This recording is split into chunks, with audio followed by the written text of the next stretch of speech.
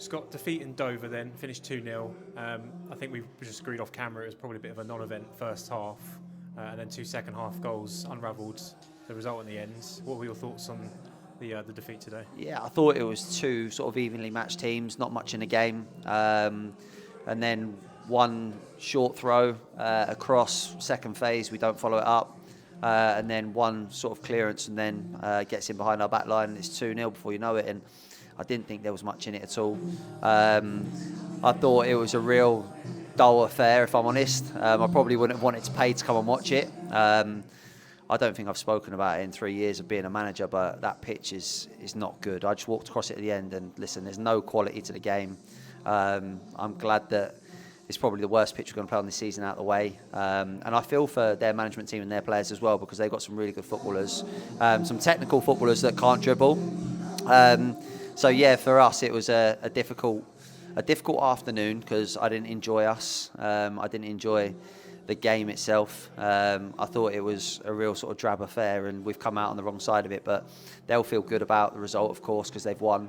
But to come away with not even a disappointing performance, I didn't think it was too bad. There's not much in the game and we've lost 2-0.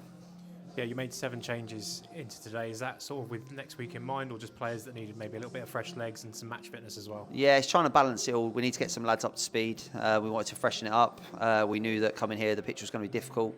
And listen, it's difficult for both teams. I'm not saying it's cost us the game today because it hasn't. But it's just like, yeah, it's just not enjoyable. I think that's the one thing to say. We've obviously got next week in mind as well. A totally different sort of animal that we'll be facing in terms of Macclesfield, in terms of also the pitch. So there's a lot of things that will be different next week. But yeah, no, overall it's a disappointing afternoon and one that we'll have to sort of like lick our wounds and move on from pretty quickly.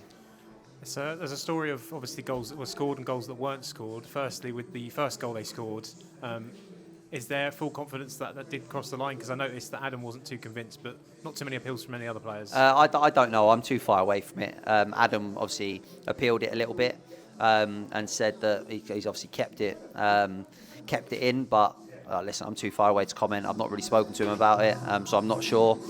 And then I'm sure you're going to obviously talk about Jared's opportunity where that was chalked off for offside. The linesman said he was saying to the ref, waiting, but Jared's come from absolutely nowhere. I don't think he's waiting for Jared. I think he's waiting for someone in the middle of the box. I've not seen it back, and if I'm wrong, I'll apologise. But I didn't expect to see a flag go up, and that would have been hugely different. It would have made it 1-1. We just made 5 subs. I thought we were getting a foothold in the game. And causing them a few problems. So, yeah, just one of those afternoons that sort of didn't go for us, didn't fall for us. And yeah, that's how things, that's how the cookie crumbles at times. And how does that now leave things then? Obviously, 8 days now to prepare.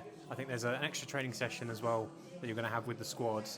How do preparations feel for next week? Yeah, no different. Like we've obviously got Tuesday, Thursday, and then we've got a Saturday morning session. But we're not going to treat the game any differently. I think it's important that we treat it as a normal game. We don't overhype it. We know that the fans and the local media, people at the club might hype it up a little bit, but we've got to remain consistent in what we do and how we approach it.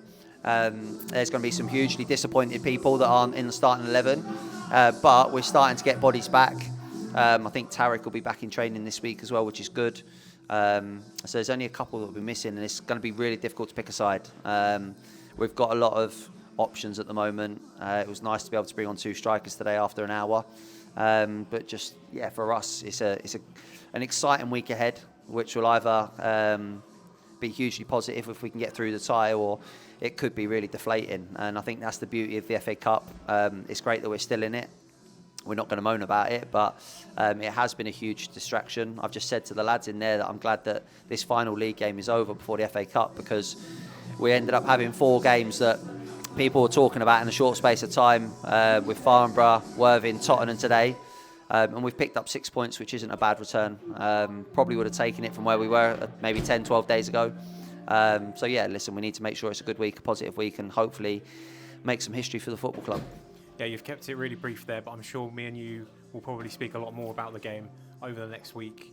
Thank you for your time again. Commiserations on today, and good luck with preparations next week. No, thanks, Con. I think it's important. I obviously thank the supporters as well that come down here today. It took us just shy of 4 hours. And I know that they've obviously braved the conditions and the cold as well. So for what we've done today wasn't great and it wasn't enough. But hopefully we can put some smiles on some faces next weekend.